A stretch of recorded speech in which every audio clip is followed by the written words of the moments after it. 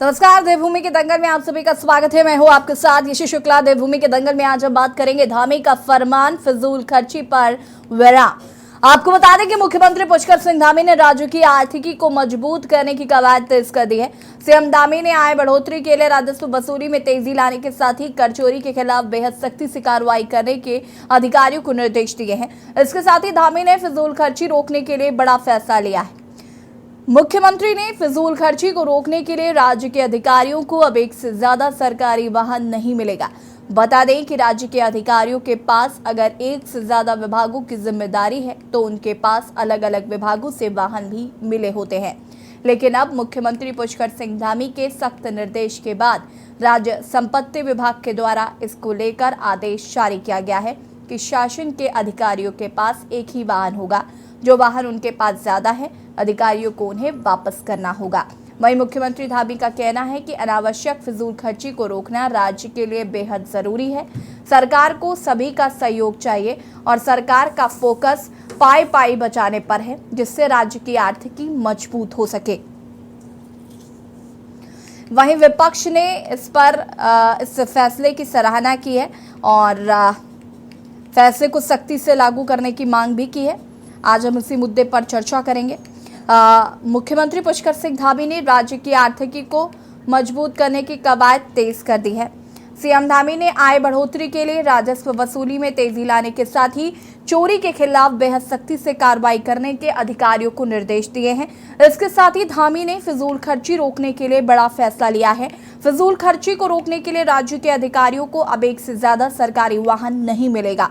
बता दें कि राज्य के अधिकारियों के पास अगर एक से ज्यादा विभागों की जिम्मेदारी है तो उनके पास अलग अलग विभागों से वाहन भी मिले होते हैं। लेकिन अब मुख्यमंत्री धामी के सख्त निर्देश के बाद राज्य संपत्ति विभाग के द्वारा इसको लेकर आदेश जारी किया गया है कि शासन के अधिकारियों के पास एक ही वाहन होगा और अगर उससे ज्यादा वाहन होते तो अधिकारियों को उन्हें वापस करना होगा। धामी ने का कहना है कि अनावश्यक फिजूल खर्ची को रोकना राज्य के लिए बेहद जरूरी है। सरकार का सभी को सहयोग करना चाहिए और सरकार का फोकस पाई पाई बचाने का है, जिससे राज्य की आर्थिकी मजबूत हो सके। धामी ने क्या कुछ कहा वो सुनाते हैं।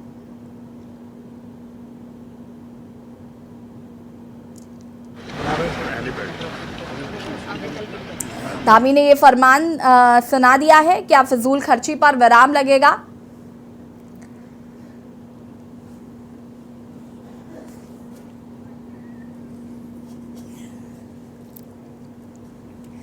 आपको बता दें कि उत्तराखंड में कर्ज का बोझ लगातार बढ़ता जा रहा है और ऐसा अनुमान है कि उत्तराखंड पर अगले साल के अंत तक कर्ज का बोझ बढ़कर राज्य के मौजूदा कुल बजट के आकार के बराबर हो जाएगा।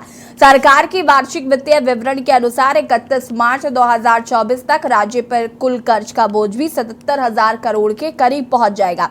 31 मार्च 2023 तक राज्य पर कर्ज 68,884 करोड़ से ज्यादा हो चुका है। वहीं विपक्ष ने भी मुख्यमंत्री फिजूल खर्ची के फैसले को रोकने की सराहना करते हुए फैसले को सख्ती से लागू करने की भी मांग की है। सीएम धामी के इस निर्णय की भाजपा विधायक ने भी सराहना की है, साथ ही मांग की है कि अधिकारियों के साथ ही मंत्रियों पर भी ये फैसला लागू होना चाहिए।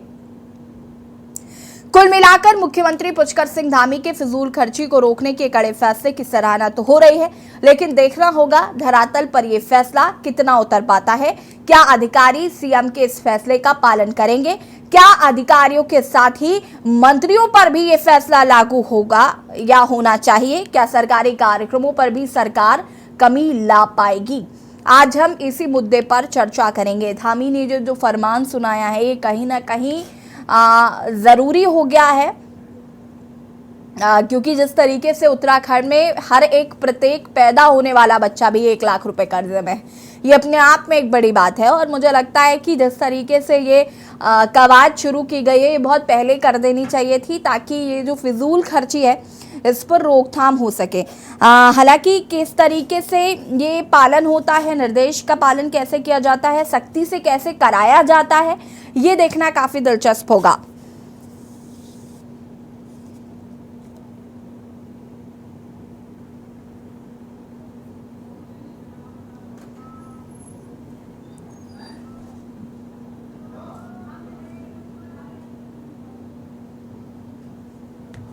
फिजूल खर्ची रोकने के लिए ये फरमान सीएम धामी द्वारा सुनाया गया है।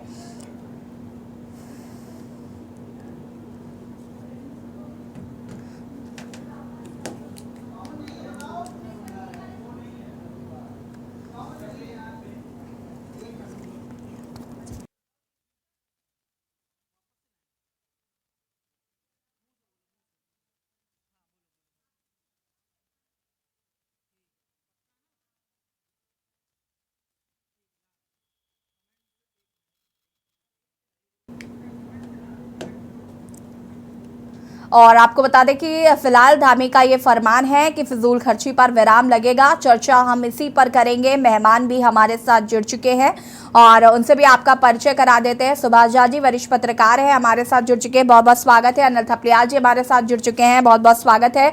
आशीष नौटियाल जी कांग्रेस प्रवक्ता हमारे साथ जुड़े हुए हैं, बहुत बहुत स्वागत है। संगीता शर्मा जी हमारे साथ जुड़ी हुई हैं, आम आदमी पार्टी के प्रवक्ता, बहुत बहुत स्वागत है आपका भी। और फिलहाल बीजेपी के प्रवक्ता हमारे साथ इस वक्त मौजूद नहीं है। शुरुआत आशीष नौटियाल जी आपसे करेंगे हम यहाँ पर। अगर बात करें फिजूल खर्ची की रोकथाम की, तो सरकार ने ये अहम फैसला लिया है। सबसे पहले इस फैसले पर राय क्या है कांग्रेस की?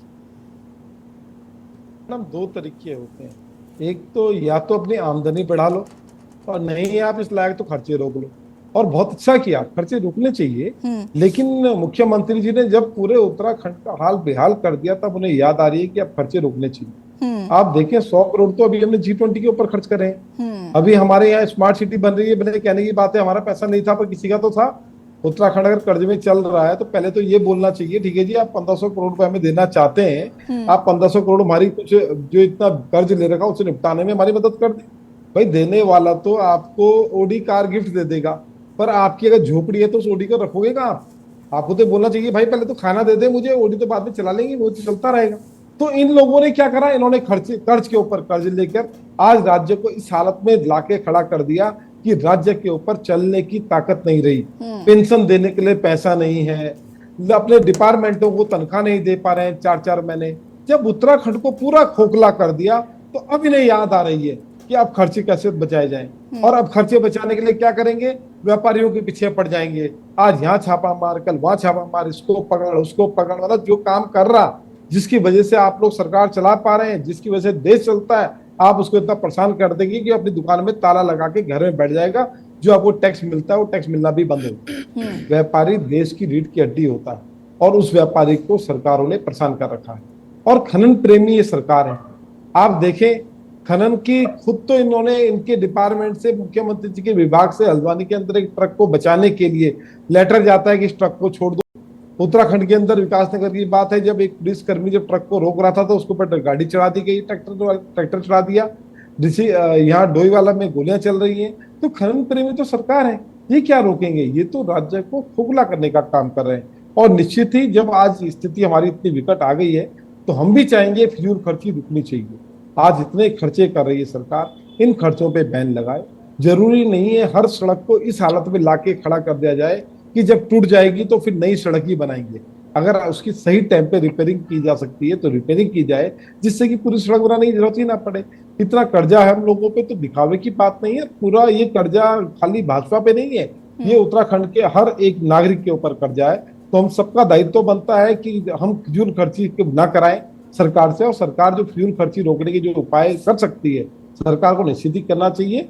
इस तरीके के जो G20 टाइप के सम्मेलन में अगर 100 करोड़ आप खर्च करना था तो आप केंद्र सरकार से मदद मांग सकते थे कि भाई G20 करा रहे हैं, हमारे पास पैसा नहीं है, खोखले लोग हैं, आप हमारी मदद करें, वहां से पैसा ले सकते थे। क्या शर्माना, जब आप पे पैसा नहीं है, आप खाली आदमी है, आप पे कोई प्लानिंग नहीं है कि राज्य के पास पैसा कैसे इकट्ठा होगा, राजस्व कैसे इकट्ठा होगा। तो एक यही तरीका बचता है कि खर्चे रोके जाए और इसका पालन सख्ताई से हो। ठीक है, जपेंद्र जी भी हमारे साथ जुड़ चुके हैं, बीजेपी के प्रवक्ता है। जपेंद्र जी बहुत बहुत स्वागत। लेकिन सबसे पहले सबकी प्रतिक्रियाओं को लेने के बाद में वापस आऊंगी आपके पास। आम आदमी पार्टी की प्रवक्ता संगीता जी भी हमारे साथ जुड़ी हुई है। संगीता जी क्या कुछ कहना चाहती है इस पूरे प्रकरण पर? यशी जी देखिए, अगर माननीय धामी जी का ध्यान इस ओर गया तो बहुत अच्छी बात है, देर आए दुरुस्त आए, कि आखिर कुछ सोचा कि जो सरकारी विभाग के कर्मचारी हैं उनके खर्चे पर रोक लगाई जाए।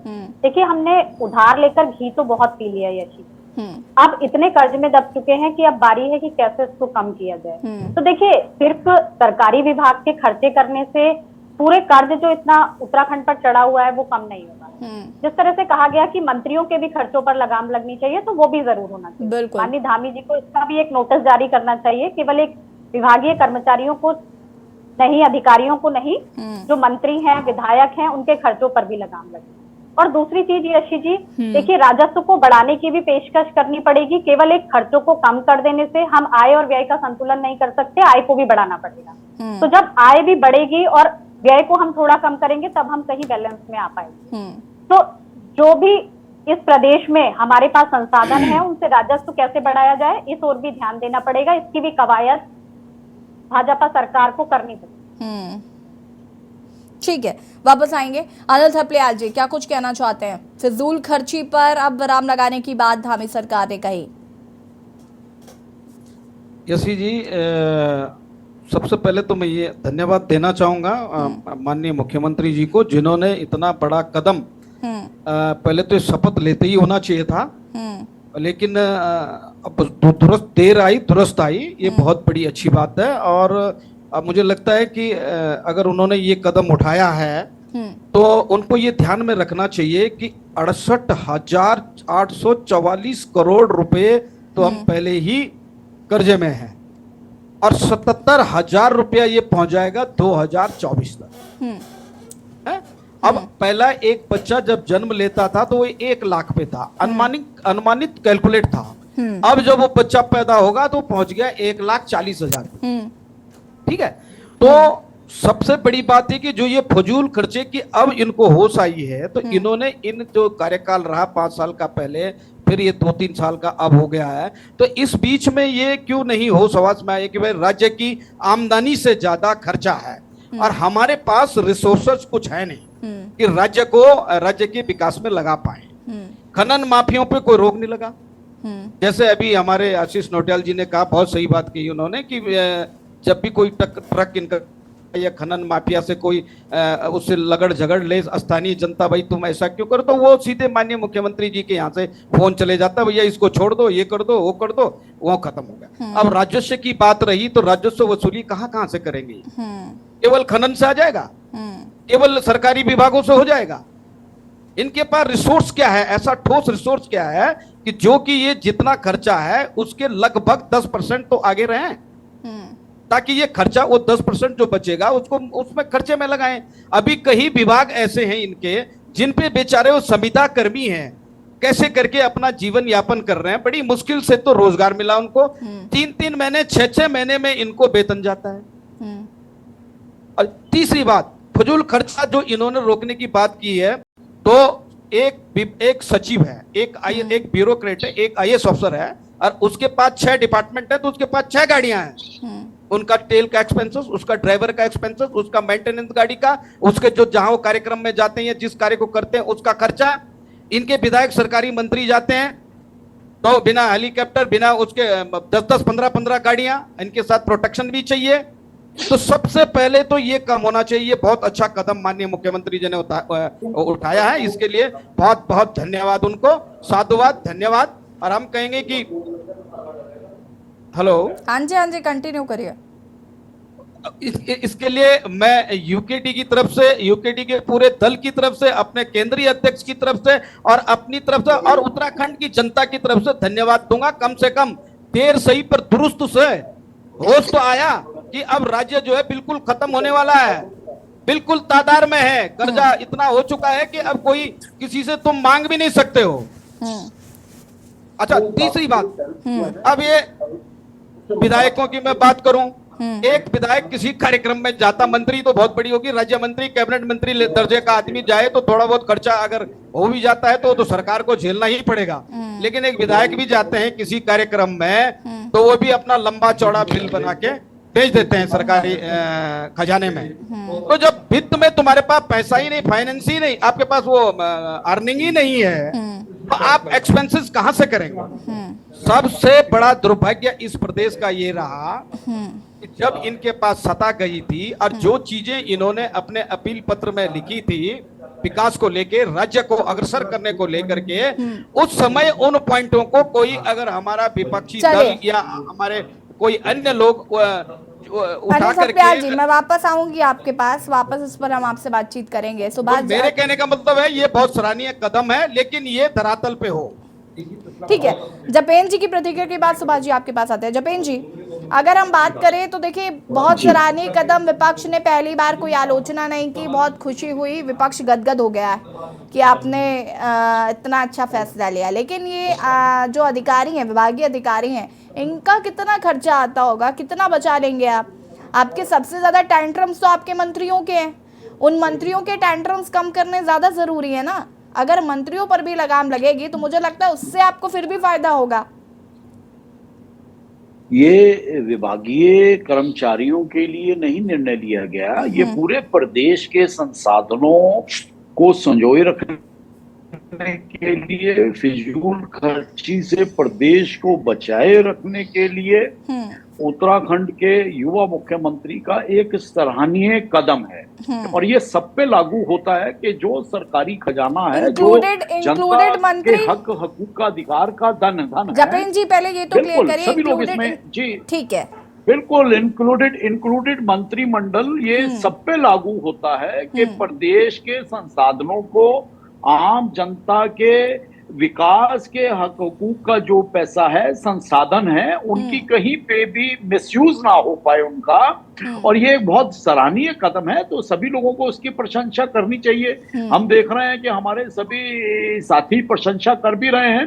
तो अगर एक मुख्यमंत्री प्रदेश के अंदर प्रदेश के संसाधनों पे भी ध्यान दे रहे हैं, प्रदेश के संसाधनों को प्रदेश हित में लगाने का काम कर रहे हैं, और अपनी जो एक बिगड़ी हुई व्यवस्था है इस प्रदेश की 22 सालों से, उसे पटरी पे लाने का अगर कोई व्यक्ति प्रयास कर रहा है तो उस पे थोड़ा भरोसा और समय, दोनों चीजें लगती हैं। और हमें यकीन है कि उत्तराखंड के युवा मुख्यमंत्री जिस जन भावनाओं के अनुरूप कार्य कर रहे हैं और जैसे रिजल्ट्स निकल के आ रहे हैं और भविष्य में आएंगे, तो निश्चित तौर पर अगर हम राजनीति से इत्र थोड़ा सा भी ध्यान देंगे तो ये उत्तराखंड के सुखद भविष्य के लिए 25वीं वर्षगांठ से पहले विकसित राष्ट्र के राज्य के रूप में उत्तराखंड को स्थापित करने की दृष्टि से एक मील का पत्थर साबित होंगे ये कदम।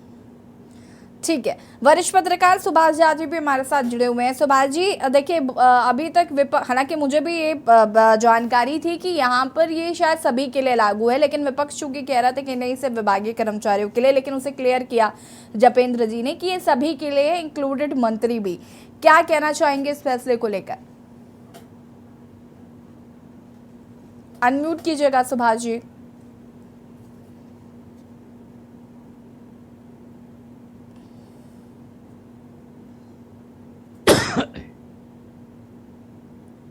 सुभाष जी, आपके आवाज नहीं आ पा रही। ठीक है सुभाष जी, वापस आते हैं, आपको कनेक्ट करने की कोशिश करते हैं, और यहाँ पर एक छोटे से ब्रेक के लिए जो हाजिर होता है। आप देख रहे हैं के न्यूज, खबरों का सारथी। ब्रेक के बाद एक बार फिर से आप सभी का स्वागत है, और देवभूमि के दंगल में आज हम बात कर रहे हैं धामी सरकार ने जो फिजूल खर्ची है उस पर विराम लगाने के लिए अब अधिकारी को निर्देशित किया है, और कि अब फिजूल खर्ची पर लगाम लगाई जाएगी और उसका सख्ती से पालन भी किया जाएगा। चर्चा हम इसी पर करें। सुभाष जी, आपको आवाज मिल रही है मेरी? हाँ, आ रही है, हमारी आवाज आ रही है? हाँ जी, आप कंटिन्यू कर सकते हैं। बस यसी जी, सबसे पहली बात है कि कोई आदमी अगर कहे कि मैं फिजूल खर्ची कम कर रहा हूँ, तो उसके साथ ही ये बात भी तय हो गया कि फिजूल खर्ची इससे पहले हो रही थी। ठीक है, अब चूंकि सारी लोग मुख्यमंत्री का पक्ष ही ले, ये बात भी फिर पत्रकारिता, हम लोग तो पत्रकार है, छुच्चा पत्रकार है, तो इस नजरिए से सवाल तो बनता है कि इसका मतलब इतना दिन तक फिजूल खर्ची पे नजर क्यों नहीं किया? जब प्रदेश की अब ये हालत हो गई तब आपकी नजर गई। दूसरी बात, जो ये डबल इंजन की सरकार है तो आमदनी भी डबल होनी चाहिए थी, तो ये कौन सा डबल हो गया कि अब जो है फिजूल खर्ची पे रोक लगने की बात आ गई? ये दूसरा सवाल बनता है।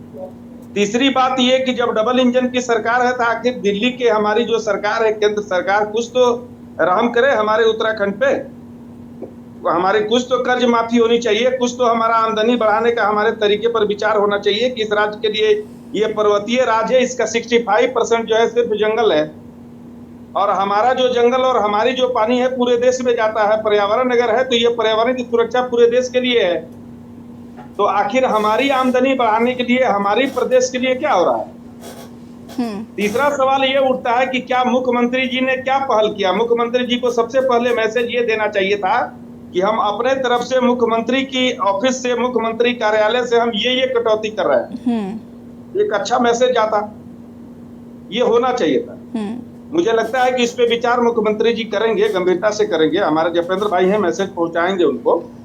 दूसरी बात यह है कि सिर्फ अधिकारियों पे रोकने से कितना खर्चा कम हो जाएगा। मैं अगर किसी से पूछूं कि भाई साहब 6 लोग, मान लीजिए 6 विभागों के गाड़ियां हैं, तो 6 विभागों के जो ड्राइवर हैं उनको क्या करेंगे, बंद कर देंगे, बेकार बैठाएंगे।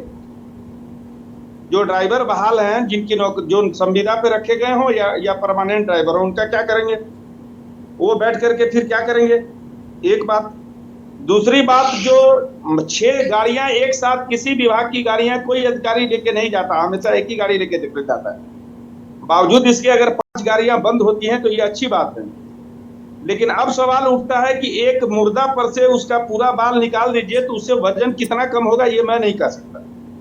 सवाल ये उठता है। सवाल ये है कि आप अपना जो है, आप इससे फिजूल खर्ची आप मानते किस किस को है, सरकार क्या उसके लिए चिन्हित क्या क्या किया कि कौन कौन से विभाग में किस किस मद में जो खर्च हो रहे हैं वो फिजूल खर्ची है और जरूरी खर्च क्या है, इसको चिन्हित सरकार ने किया है क्या। दूसरी बात, अगर सरकार फिजूल खर्ची को चिन्हित कर लिया है तो निश्चित तौर पे ये स्वागत योग्य काम है, नहीं तो फिर लगेगा कि ये 2024 के इलेक्शन की ये कवायद है और फिर बात वहीं की वहीं आ जाएगी। तीसरी बात, जो यहाँ सबसे बड़ी बात यह है कि यहाँ जो आमदनी का मुख्य जरिया है सरकार के रेवेन्यू का, राजस्व का, वो जरिया है हमारा, एक तो खनन से हमारे जो सरकार के जो पैसे आते हैं सो, दूसरा यहाँ वाइन जो है उससे सरकार का रेवेन्यू बहुत बड़ा आबकारी से आता है सो, उसके बाद और भी जरिया है, लेकिन ये 2 मुख्य जरिया है। तीसरा चौथा जरिया जो हमारा पर्यटन है उससे आता है। तो आखिर इन सारे चीजों में 6 साल से भाजपा की सरकार है, 6 साल 7 साल से आखिर उसमें क्या हुआ और ऐसा क्या हो गया इन 7 सालों में कि अब आपको फिजूल खर्ची पे नजर आई। 7 सालों में भाजपा को फिजूल खर्ची पे नजर नहीं आई। तीसरी बात, जो ये बड़े बड़े पोस्टर और बड़े बड़े विज्ञापन जो सरकार के खर्च हो रहे हैं योजनाओं पर, और बड़े बड़े पोस्टर और तस्वीरों में, इस पे रोक लगेगी क्या। मुझे चाहिए कि इन सारे चीजों को चिन्हित करके, ये बहुत स्वागत योग्य कदम है मुख्यमंत्री जी का, निश्चित तौर पे ये अच्छा मैसेज गया है। लेकिन ये सारे सवाल को ध्यान में रख करके अगर कोई काम होगा तो मुझे लगता है गंभीर काम होगा, नहीं तो फिर वो ढाक के 3 पात वाली बात हो जाएगी। ये लगेगा कि ये जो है 2024 के चुनाव को लेकर के जनता के बीच एक मैसेज दिया जाना था कि एक जो है हम फिजूल खर्ची रोक रहे हैं भाई साहब, तो ये फिजूल खर्ची से फिर बात बनेगी नहीं। जपेन जी, देखिए, लोकतांत्रिक व्यवस्था में चुनाव तो हर साल है, कभी छोटा चुनाव है, कभी बड़ा चुनाव है, लेकिन चुनावों से इतर जो भारतीय जनता पार्टी की कार्यशैली है वो एक अलग तरह की राजनीति को एक नया आयाम देती है।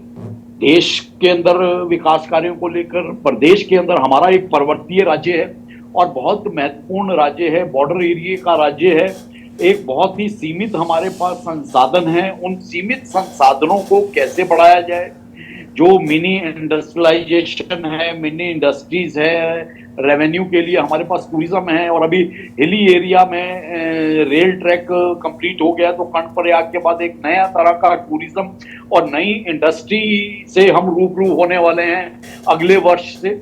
तो बहुत सी चीजें ऐसी हैं कि केंद्र और राज्य सरकार मिलकर एक पूरी नीति बना के एक सुनियोजित ढंग से विकास और रेवेन्यू को बढ़ाने की दृष्टि से आर्थिक रूप से राज्य को कैसे मजबूत किया जाए, ये एक बहुत महत्वपूर्ण कदम है। और इसी के साथ ही हम 25वीं वर्षगांठ में राज्य को विकसित राष्ट्र बनाने की बात कर रहे हैं। मुख्यमंत्री बार बार कहते हैं कि अगर हमें विकसित राष्ट्र बनाना है तो उन सब राष्ट्रों की तरफ हमें कदम बढ़ाने हैं। खुद मुख्यमंत्री मॉनिटरिंग करते हैं।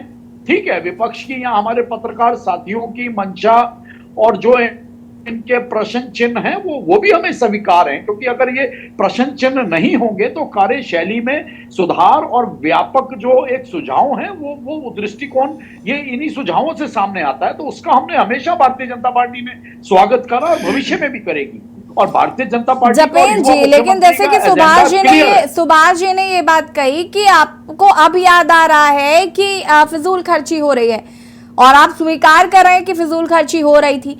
अभी तक फिर फिजूल खर्ची पर काम क्यों नहीं किया? अब अचानक से ऐसा क्या हुआ कि आपको याद आ गया कि फिजूल खर्ची हो रही है जिसे रोकना चाहिए? सवाल बहुत व्यवहारिक है, लेकिन सरकार में रहकर और ये रातों रात फैसले नहीं हो जाते। माननीय मुख्यमंत्री जी पिछले कई महीनों से इन पे धीरे धीरे धीरे रोक लगाते हुए आज या फिर 7 सालों से इस पर विचार कर रहे थे, अब अमल में आया है। इस पे पूरी नहीं देखिए, इस पूरी नीति, ये रातों रात कोई फैसले नहीं हो जाते और उन पे रातों रात कोई होमवर्क नहीं होता। तो ये होमवर्क पिछले काफी महीनों से चल रहा था और उसमें जो एक प्रक्रिया होती है उसे अपनाया जाता है, जो एक मॉनिटरिंग होती है वो पिछले कई महीनों से वो मॉनिटरिंग चल रही थी और उसके बाद ये आज सार्वजनिक किया गया है। आप इसे ऐसे देखिए कि आज ये राज्य की जनता के सामने, मीडिया के सामने सार्वजनिक किया गया है कि भाई इन चीजों को लेकर संजीदगी के साथ अब हम एक्शन मोड में हैं। इसे इस पहलू के तौर पर देखा जाए। आशीष नौटियाल जी, हाँ जी आपका मैडम, देखिए- रिएक्शन बड़ा महत्वपूर्ण होगा, क्योंकि देखिए अभी तो जपेंद्र जी कह रहे हैं कि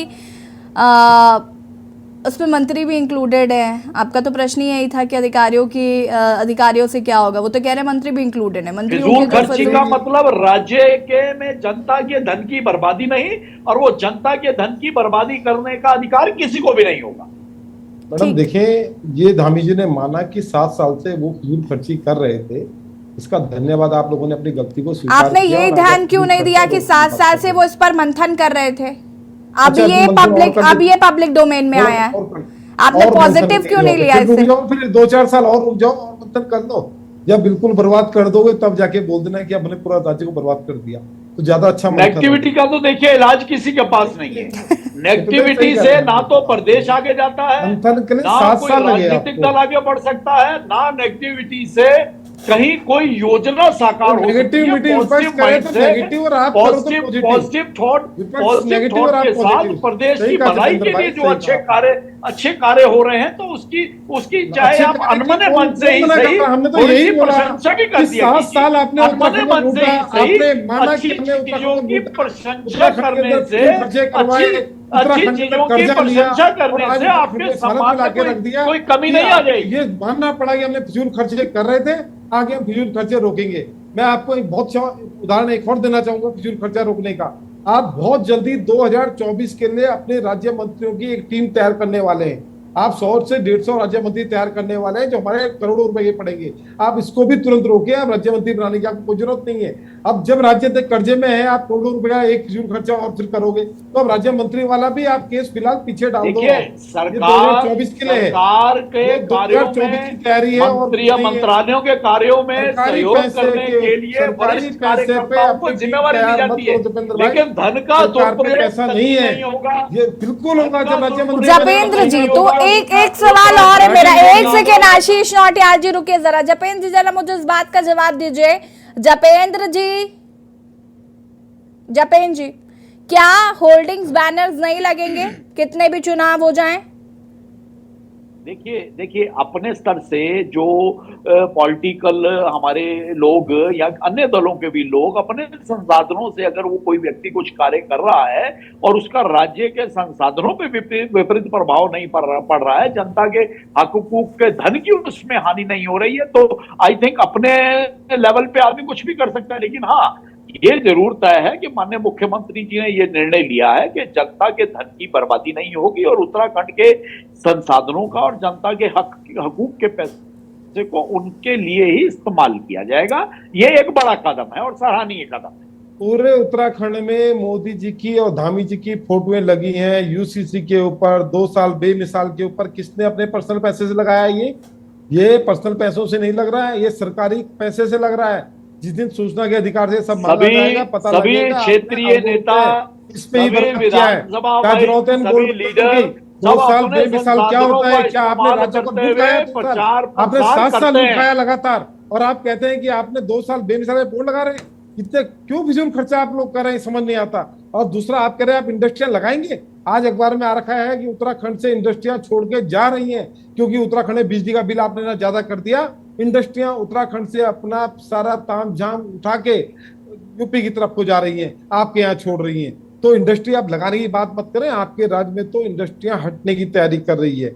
आप अपने 7 साल में अपने मंत्रियों की भी जांच कराएं। आपके मंत्री कितने अमीर बने इन 7 सालों में, इसकी भी जांच कराएं। आपके मेयर साहब के ऊपर भी एक आरोप लगा था, जिसने आरोप लगाया था आजकल वो दिख नहीं रहा है। लेकिन कहाँ आपके मंत्रियों ने, कहाँ आपके मेयर ने और आपके पार्षद तक ने, अगर आप देखिए आपके एक पार्षद है यहाँ की जिसके ऊपर कोरोना काल के टाइम का आरोप लगाया कि कोरोना काल में 650 रुपए की किट के 900 रुपए उसने लिए हैं, जिसने कोटेशन दी थी और जिसने माल दिया उसने बताया कि आपने 200-300 रुपए कोरोना में भी खाया। आप आम आदमी के हिस्से का राशन तक खा जा रहे हैं और कह रहे हैं फिजूल खर्चे में रोक लगाएं। अरे अपने संसाधनों से आपके मंत्री विधायक इतने अमीर हो रखे हैं, अरबों खरबों के मालिक है, अपनी तरफ से मदद कर देते। आप उसमें भी खा गए लोगों का पैसा कि 650 रुपए का माल दो, 900 रुपए का बिल दो, फिर पास होगा फिर 300 रुपए वापस दो। आपके विधायक, आज इसके आरोप में भी एक विधायक है। देखिए रविंद्र भाई, पैसा कहीं काम नहीं आएगा, दुआएं लेना सीखो। राज्य के गरीबों की दुआएं लो, बेरोजगारों की दुआएं लो, महिलाओं की दुआएं लो। इस तरह से लूट खाना जो आप लोगों की मंशा है उत्तराखंड को, वो आपने स्पष्ट कर दिया। इस 7 साल में आपने राज्य को लूट खाया है। ठीक है आशीष जी जवाब देते चलते हैं। 40% कमीशन भी बंद होना चाहिए। ये 40% कमीशन की जो सरकार है, ये सब आपको भारतीय जनता पार्टी की सरकार में याद आ रहा है। वैसे आशीष जी, अपनी सरकार में तो आपको ये सब याद आया नहीं कि कमीशन रुक जाना चाहिए था या ये हो जाना चाहिए था। अरे ये तो 7 साल बाद जाग रहे हैं, चलिए कोई बात नहीं, आप ही जाग लेते, आप ही भला कर लेते उत्तराखंड का, जाग कर फिजूल खर्ची पर रोक लगा देते। ऐसा थोड़ी ना है कि कांग्रेस की सत्ता नहीं रही, कभी सरकार ही नहीं थी। अब बस शुरुआत से भारतीय जनता पार्टी ने ही बेड़ा गर्क करके रखा उत्तराखंड का। कांग्रेस भी तो उतनी दोषी है आशीष जी। लग जाएगा 7 साल के अंदर कितना कर्जा दिया और उससे पहले क्या कितना कर्जा था। ये आंकड़ा है, ये आंकड़ा है, इस पर बात कर सकते हैं। जपेंद्र जी देखिए, भारतीय जनता पार्टी के शासन में भ्रष्टाचार को कतई स्वीकार नहीं किया जाता। अभी तो पार्षद पकड़ी गई। और पिछले अगर आप देखेंगे कि पिछले 1-1.5 वर्ष से निरंतर, चाहे भ्रष्टाचार में लिप्त अपना हो या बेगाना हो, अगर कोई लिप्त है तो निश्चित तौर पर वो टारगेट पे है। क्योंकि जनता के लिए सेवा भाव से राजनीति करना, ये भारतीय जनता पार्टी का मूल मंत्र है कि पहले राष्ट्र, फिर प्रदेश, फिर तीसरे नंबर पर हम स्वयं आते हैं। जनता के धन की बर्बादी भारतीय राजनीति में खूब हो चुकी। 2014 के बाद से जपेंद्र जी एक सवाल मेरा, बस आपने ये धन की बर्बादी की बात करी, पता नहीं क्यों मुझे स्मार्ट सिटी बार बार याद आ जाती है। इतना पैसा बर्बाद हो रहा है स्मार्ट सिटी में, इतना पैसा बर्बाद हो रहा है कि अब तो केंद्र भी कह रहा है पैसा नहीं दे पाएंगे स्मार्ट सिटी के लिए। सर इसका क्या करें? ये जो इतनी समस्या, आपका सवाल भारतीय जनता पार्टी की सरकार केंद्र में है, भारतीय जनता पार्टी की सरकार राज्य में है, और आपने खुद कहा कि केंद्र ने मना करा। देखिए, केंद्र मॉनिटरिंग कर रहा है, केंद्र मॉनिटरिंग कर रहा है, राज्य सरकार मॉनिटरिंग कर रही है, माननीय मुख्यमंत्री जी खुद मॉनिटरिंग कर रहे हैं। और दोनों तरफ अपनी सरकार होने के बाद अगर कहीं जरा सी भी कोताही नजर आती है, ठीक है, काम डिले हो रहा है, डिले होने की और भी कई कारण हैं, उसमें जहां जहां जिन लोगों की गलतियां हैं या जिन लोगों की वजह से डिले हुआ है, निश्चित तौर पर उन सबको चेतावनी दी गई है। क्योंकि स्मार्ट सिटी का प्रोजेक्ट अपने आप में ये एक चैलेंजिंग प्रोजेक्ट था कि 200-250 वर्ष पुराना शहर और उस पुराने शहर की पुरानी आबादी के क्षेत्र को भी स्मार्ट सिटी में तब्दील करना, ये अपने आप में एक बहुत बड़ा चैलेंज था। जो नए एरिया सराउंडिंग में डेवलप हुए हैं उनमें बहुत आसानी से काम होता हुआ दिख रहा है और बहुत अच्छे से काम हो गया है। आप लोगों को सीवर्स लेनी है, आपको अंडरग्राउंड वायर्स लेनी है, आपको इंफ्रास्ट्रक्चर डेवलप करना है, आपको लोगों को उसका यूज टू बनाना है, उसकी उपयोगिता का महत्व समझाना है। तो बहुत सी चीजें ऐसी होती हैं कि जो पुराने शहरों में, जो एक 250 साल 270 साल पुराना शहर है, पुराने शहर में निश्चित तौर पर वो दुविधा आई है और वो इसी वजह से डिले हुआ। लेकिन जहां तक भ्रष्टाचार की बात है, जहां तक गलतियों की बात है, तो वो सभी मॉनिटरिंग हो रही है, वो टारगेट में है, सभी को चेतावनी दी जा रही है। और भारतीय जनता पार्टी का क्लियर एजेंडा है कि भ्रष्टाचार मुक्त शासन और जनता के हक हकूक के पैसे पर डाका राजनीति के माध्यम से तो कम ना डाले। जो लोग राजनीति में स्वच्छता के साथ रह सकते हैं, सेवा की भावना से काम कर सकते हैं, वही राजनीति में, उन्हीं लोगों को राजनीति में आगे आना चाहिए। जो राजनीति को कमाई का साधन समझते हैं, उनके खिलाफ भारतीय जनता पार्टी का बिगुल निश्चित तौर पर बच चुका है। अनिल थापलियाल जी। जी यसी जी, मैं सुन रहा था अपना जपेंद्र भाई की चर्चा को, बहुत गंभीरता से लिया मैंने। लेकिन मुझे इस चर्चा में जो बू आती है ना, 2024 लोकसभा चुनाव की है। ये मैंने जो एनालिसिस किया है ये 2024 का है, क्योंकि स्पष्ट जवाब किसी का भी नहीं दिया उन्होंने। दूसरी बात, इनका वजन उठाने का 20 किलो वजन उठाने की क्षमता है वर्तमान सरकार की, और चल पड़े 50 किलो उठाने, तो असमर्थ है ना। तीसरी बात, पब्लिसिटी अगर तो इनके यहाँ कोशिश तो कर रहे हैं ना, इनके यहाँ पिछली सरकारों ने तो कोशिश भी नहीं की ना। अगर वो कोशिश कर रहे हैं तो हर समय आप डिमोरलाइज तो नहीं करेंगे सरकार को। धामी जी सोच रहे हैं, मुझे लगता है ये भी बड़ी बात है। वो इस बात को स्वीकार कर रहे हैं ना, वो इस बात को स्वीकार तो कर रहे हैं। अनिल सप्या जी एक सेकंड, वो इस बात को स्वीकार तो कर रहे हैं कि फिजूल खर्ची हो रही थी। अभी तक तो स्वीकारा ही नहीं गया था कि फिजूल खर्ची हो रही है। अगर वो ये बात स्वीकार कर रहे हैं तो इसका मतलब है कि सराहनीय बात है। अब जैसे सबसे ज्यादा नकल कहाँ पकड़ी जा रही है? धामी सरकार में पकड़ी जा रही है। बहुत सारी चीजें हमने देखी जो धामी सरकार में हुआ, इससे पहले नहीं हुआ था। नहीं, ऐसा नहीं है कि जीरो रही सरकार। 7 साल में कम से कम 7 कार्य तो अच्छे किए उन्होंने, ऐसी बात नहीं है।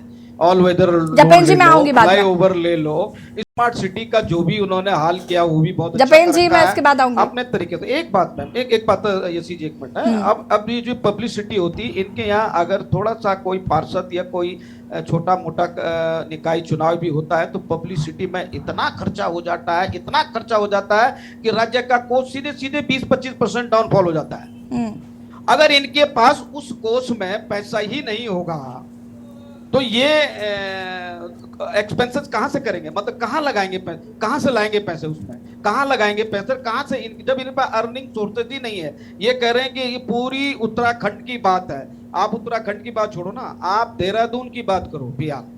देहरादून कितना डेवलप हुआ? देहरादून के लिए तो पैसा रहा होगा राज्य के कोष में।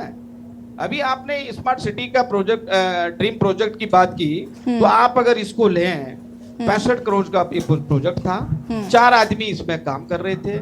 अब आप ये बताइए, अभी तक भी उसके कोई कहीं आपको दिख रहा? आप इस शहर में होंगे, आप लोग भी जा रहे होंगे, जितने लोग मुझे लगता है डिबेट्स में सारे लोग शहरों के बीच से जाते होंगे, कम से कम 20-20 फीट 10-10 फीट के गड्ढे हो चुके हैं आप। अरे कम से कम स्मार्ट सिटी नहीं बना पाते हो तो जूनियर स्मार्ट सिटी तो बनाइए। जो पहले था वो तो कर दीजिए, उन सड़कों को बंद तो कर दीजिए, लोगों को मरने बचने से तो बचा दीजिए। अब मॉनिटरिंग हो रही है, मॉनिटरिंग किस प्रकार की हो रही है? 7 दिन तक वो गड्ढा वैसे ही भरा हुआ, ये मॉनिटरिंग हो रही है। डायरेक्ट केंद्र से और राज्य से मॉनिटरिंग हो रही है। बाकी ये समझते हैं कि जनता मेरे ख्याल शायद बेवकूफ है।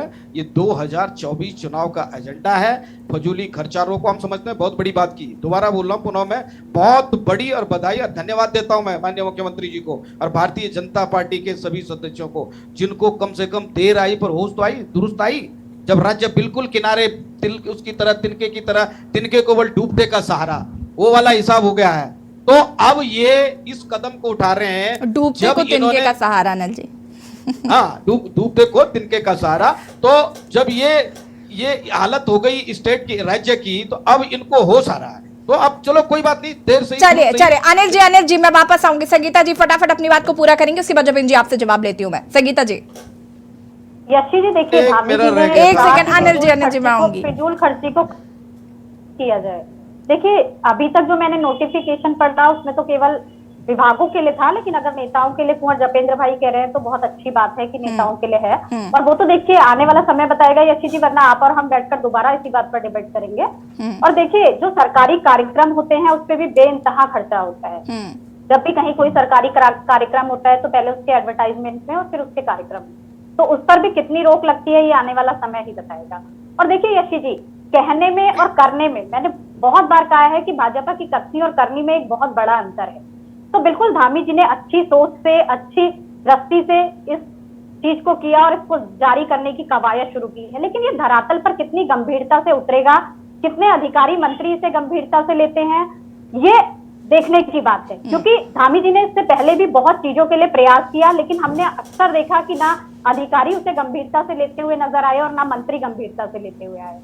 हर बार कुछ ना कुछ अलग ही दिखाई दिया कि उनका कुछ वो कहते हैं और उसके विपरीत काम होता है। हमने पहले भी देखा, जब उन्होंने कहा कि मानसून आ चुका है, छुट्टियां नहीं लेनी है, उसके बाद देखा कि मंत्री ज्यादा छुट्टियां लेकर के नदारद थे और हमने कई बार डिबेट की। तो अब देखिए धामी जी का ये फैसला अच्छा है, लेकिन ये धरातल पर किस प्रारूप में उतरेगा और इससे कितना कर्ज कम होगा ये आने वाला समय बताएगा। और मैं तो चाहती हूँ, अच्छी बात है कि कर्ज कम हो, क्योंकि आने वाला बच्चा भी कर्ज में पैदा हो रहा है।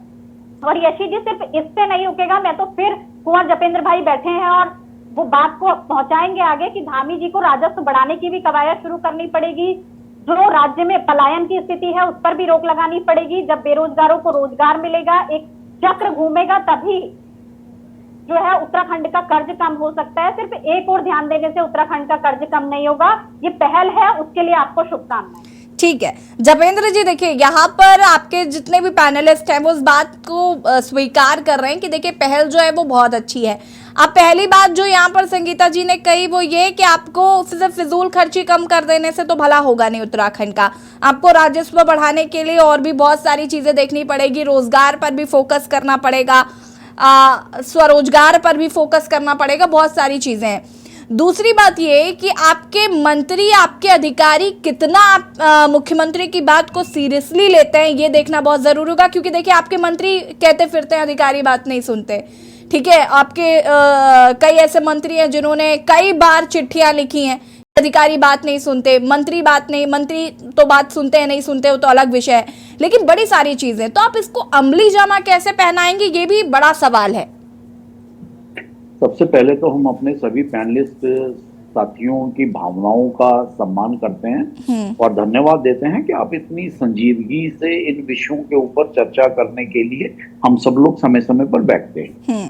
जितना संजीदा आप हैं उससे कहीं ज्यादा संजीदगी माननीय मुख्यमंत्री जी और उनके सहयोगी मंत्रियों में है। और माननीय मुख्यमंत्री जी आज प्रदेश चला रहे हैं, कामयाबी के साथ प्रदेश चला रहे हैं। इस प्रदेश की जनता ने भारतीय जनता पार्टी के ऊपर दोबारा जो विश्वास करा है, तो निश्चित तौर पर हमारे ऊपर भी प्रेशर है अच्छे रिजल्ट देने का, क्योंकि जनता के भरोसे को कायम रखना और जो सभी मिथकों को तोड़ते हुए 2 बार काम का मौका दिया है, तो हम निश्चित तौर पर चाहेंगे कि तीसरी बार भी प्रदेश के अंदर भारतीय जनता पार्टी की सरकार बने और भारतीय जनता पार्टी की सरकार अपने काम के बूते बने, अपने जो रिजल्ट्स हैं रिजल्ट ओरिएंटेड काम हो और जनता को खुद लगे कि नहीं भाई एक बार और भारतीय जनता पार्टी को उत्तराखंड में हमें मौका देना चाहिए। तो माननीय मुख्यमंत्री जी, सभी सहयोगी मंत्रिमंडल के सदस्य, सभी लोग और जिसके अंदर भी उत्तराखंड का दर्द है और जो उत्तराखंड को आगे ले जाना चाहता है, निश्चित तौर पर वो इसी भावना और इसी एजेंडे के साथ काम करता हुआ नजर आ रहा है। ठीक है, आप थोड़ा सा संयम और थोड़ा सा भरोसा अपने माननीय मुख्यमंत्री पर बनाए रखिए। जपेंद्र जी, एक सवाल मेरा और कि खनन माफियाओं पर लगाम नहीं लगाएंगे तो क्या राजस्व को नुकसान नहीं होगा? खनन माफियाओं पर लगाम लगाना बहुत जरूरी है, भू माफियाओं पर लगाम लगाना बहुत जरूरी है। माफियाओं का तो बोलबाला है उत्तराखंड में, और स्पेशली खनन माफियाओं को तो बच्चा बच्चा आजकल जानता है कौन है, कहां से काम हो रहा है। अगर आप माननीय मुख्यमंत्री जी की कार्यप्रणाली और उनके थोड़ी सी कार्यप्रणाली पर ध्यान दें तो निश्चित तौर पर सभी के खिलाफ एक्शन शुरू हो गए हैं। सबसे पहले चेतावनी, और उसके बावजूद भी अगर प्रदेश के संसाधनों और प्रदेश के हकूक, जनता के हकूक के साथ खिलवाड़ किया गया तो निश्चित तौर पर कड़ी कार्रवाई और सलाखों के पीछे हम उस कार्रवाई का तो बेसब्री से इंतजार कर रहे हैं जपेंद्र जी, कि जरा ये स्मार्ट सिटी के ठेकेदारों पर थोड़ी कार्रवाई हो तो समझ में आता है, ये खनन माफियाओं पर कार्रवाई हो। अब कितनी चेतावनी देंगे? चेतावनी की भी तो एक बॉर्डर लाइन है ना, अब उसके पार जाइए, अब कार्रवाई करने का वक्त आ गया है। अब अगली बार जिन जिन लोगों के खिलाफ कार्रवाई हो रही है या जिन जिन लोगों के खिलाफ जांचें चल रही है, ये भी बिल्कुल सामने आ जाएगा। चलिए हम इंतजार करेंगे उस दिन का। आशीष लांटिया जी फटाफट अपनी बात को पूरा करिए, उसके बाद अंतिम प्रतिक्रिया में सुभाष झा जी की लूंगी। सीएम धामी जी अपने काफिले में चलने वाली गाड़ियों को भी थोड़ा सा कम कर दें, क्योंकि मैडम सड़क में चलना इतना मुश्किल कर देते हैं ये लोग। एक बार मैं खुद राजपुर रोड से आ रहा था और पीछे से सीएम साहब का काफिला आ रहा था, इतने हुटर बजाते बजाते और आगे पुलिस वाले हटो हटो इस तरह चिल्ला रहे थे जैसे हम अपनी गाड़ी ऊपर उड़ा लेंगे। मतलब आप सड़क में चल रहे हैं, कम से कम इस बात को तो ध्यान रखिए, सड़क है, इससे क्या पता आप आ रहे हैं, अगर हमें पहले पता हो तो छुट्टी लेके जाए ना उधर बाजार में। आप नहीं हम ध्यान रखेंगे कि आप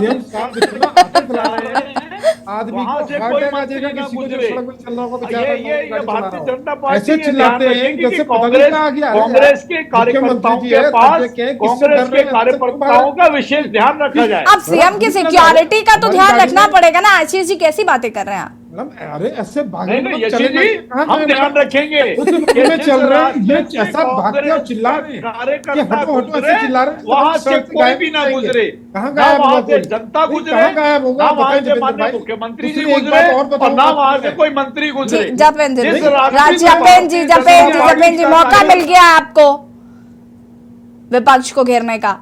आशीष जी, दूसरी बात एक बार और बताऊं मैडम, मैं कल को मैं देहरादून में जा रहा था, ये अपने पंचायती मंदिर के आगे दशरथ चौक से बहुत भयंकर जाम की स्थिति थी और गर्मी भी काफी हो रही थी, जाम भी बहुत था और अचानक से आवाज आई कि आप स्मार्ट सिटी में हैं। तो मुझे बड़ा सुकून मिला। वहां से एक आवाज आती है मैडम, वहां माइक लगा रखे हैं कि आपका स्मार्ट सिटी में स्वागत है। तो पता लगता है कि हम स्मार्ट सिटी में आ गए, नहीं तो ये भी पता ना लगे। तो इस तरीके की हमने स्मार्ट सिटी बनाई, आपने जो माइकों में बतानी पड़ती है। आपने तो, आप लोगों ने तो ये भी प्रयास नहीं भाजपा सरकार। चलिए वक्त की चूंकि कमी है जपेंद्र जी वक्त की कमी है, समझा करिए। वरिष्ठ पत्रकार सुभाष झा जी, अंतिम प्रतिक्रिया आपकी लूंगी कम शब्दों में। और मैं ये भी एक बड़ी बात है, मैं इस पर आ रही थी लेकिन इसका जिक्र यहाँ पर कांग्रेस प्रवक्ता ने कर दिया कि भाई जिनके पास सिक्योरिटी है उनके पास 4 गाड़ियां हैं, क्या करेंगे अब? उनकी सिक्योरिटी गार्ड पैदल चले या गाड़ी छोड़ दें कहीं? नहीं मैडम, जब गाड़ी चला रहे हो तो सुभाष जी, तो ऐसे तो मत चिल्लाओ, किसी का हार्ट अटैक करोगे क्या? किसी को मार दोगे, क्या करोगे जब वो चल रहा है? सुभाष जी, असल में ऐसी स्थिति आ गई है, कहाँ जाएगा? कांग्रेस। अरे सुभाष झा जी अपनी बात को पूरा करिए। आशीष नौटियाल जी और जपेंद्र जी प्लीज जपेंद्र जी, आशीष नौटियाल जी प्लीज, हमारे पास वक्त की कमी है, समझने की कोशिश करिए। सुभाष जी अनम्यूट कीजिएगा सर, आवाज नहीं आ रही। सबसे बड़ी बात यह है कि आप जो भी कार्य योजना बनाते हैं और जिन चीजों को चिन्हित करते हैं और जो कमिटमेंट लोगों के सामने करते हैं, वो कमिटमेंट अगर फुलफिल नहीं होगा तो आपके ऊपर सवाल उठेंगे।